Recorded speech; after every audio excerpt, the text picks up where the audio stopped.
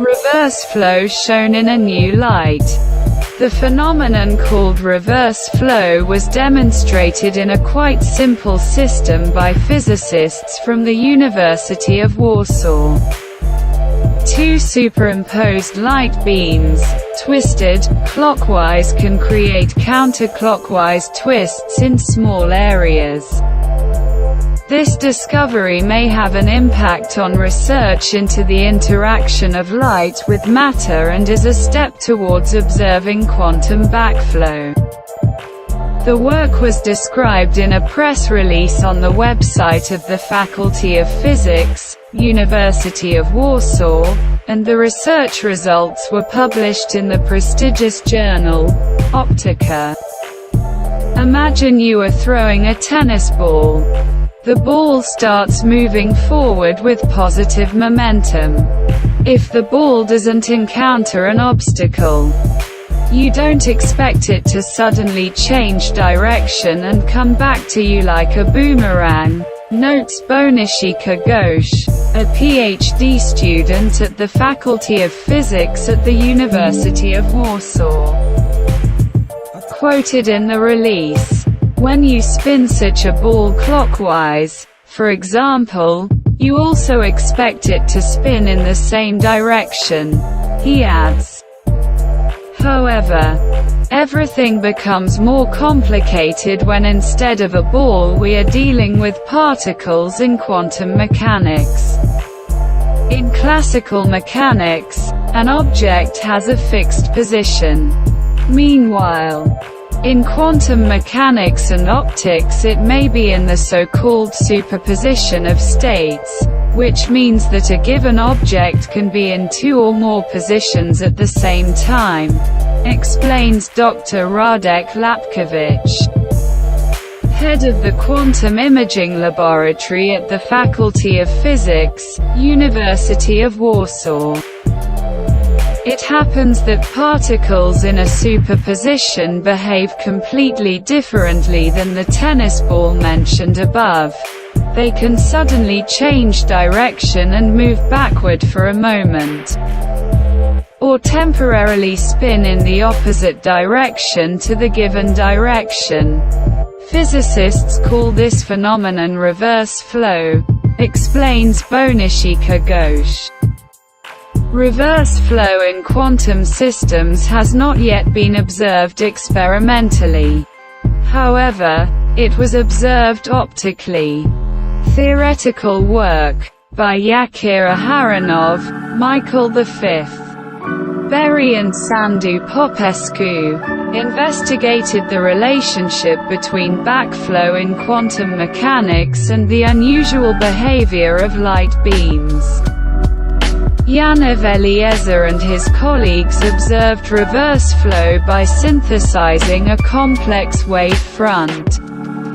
Meanwhile, researchers from Radek Lapkowicz's group observed linear reverse flow in a very simple case, with two beams of light overlapping. For me, it's fascinating how unexpectedly light behaves when you look at it closely, says Dr. Annette Daniel. In the publication, scientists from the Faculty of Physics, University of Warsaw showed the effect of reverse flow in 2 dimensions. We superimposed 2 light beams twisted clockwise and locally observed counterclockwise twists, explains Dr. Lapkowicz. To measure the phenomenon, researchers used a Shack-Hartman wavefront sensor. The system, consisting of a microlens array placed in front of a CMOS, complementary metal oxide semiconductor, matrix, ensures high sensitivity of 2-dimensional spatial measurements.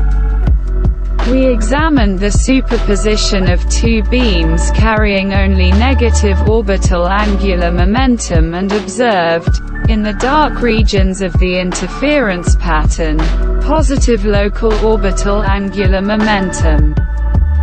This is the azimuthal reverse flow, says Bernard Gorszkowski, a PhD student at the Quantum Imaging Laboratory at the Faculty of Physics, University of Warsaw. Light beams with an azimuthal, spiral, phase relationship that carry orbital angular momentum were first experimentally generated using cylindrical lenses.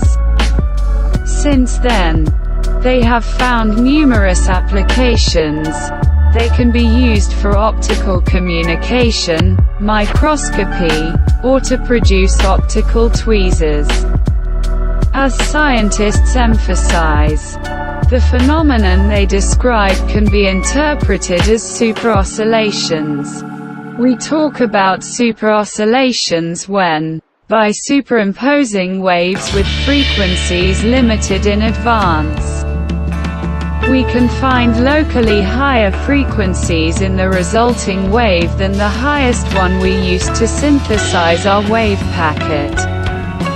Superoscillations were first described in 1990 by Yakir Aharonov and Sandu Popescu.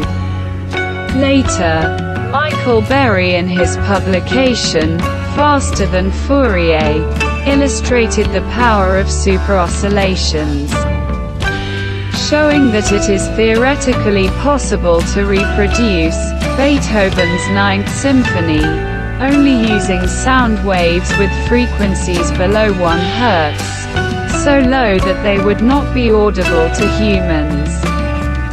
However, this is very impractical because the amplitude, loudness, of such acoustic superoscillations would be very small.